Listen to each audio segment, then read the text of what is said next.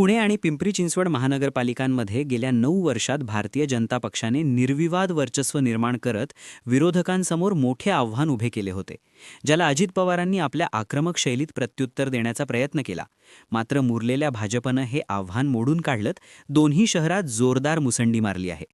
पुण्यात भाजपनं 54 जागांवर आघाडी घेत वर्चस्व सिद्ध केले आहे, तर अजित पवारांच्या राष्ट्रवादीला केवळ 7 जागांवर समाधान मानावे लागले असून ठाकरे गट आणि मनसेला अद्याप खातेही उघडता आलेले नाही.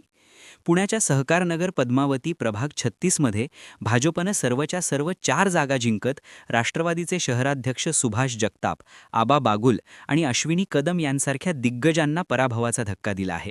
तर दुसरीकडे प्रभाग 25 मध्ये रुपाली ठोंबरे पाटील यांनी ईव्हीएमवर आक्षेप घेतल्याने काही काळ तणाव निर्माण झाला होता.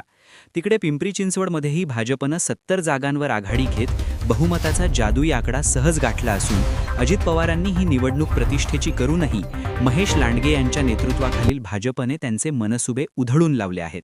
एकंदरीतच दोन्ही शहरांमध्ये पुन्हा एकदा कमळ जोरात फुलले असून सत्तेची स्वप्ने पाहणारे घड्याळ मात्र या शर्यतीत दमल्याचे स्पष्ट चित्र निकालातून समोर येत आहेत.